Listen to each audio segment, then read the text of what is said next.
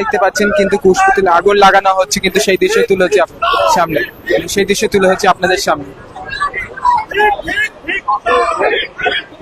যেমনটা দেখতে পাচ্ছেন কিন্তু একদম আগুন জ্বালিয়ে দেওয়া হয়েছে ইউনিসেফ কুশপুতুলে, সেই দৃশ্য তুলে হচ্ছে আপনাদের সামনে।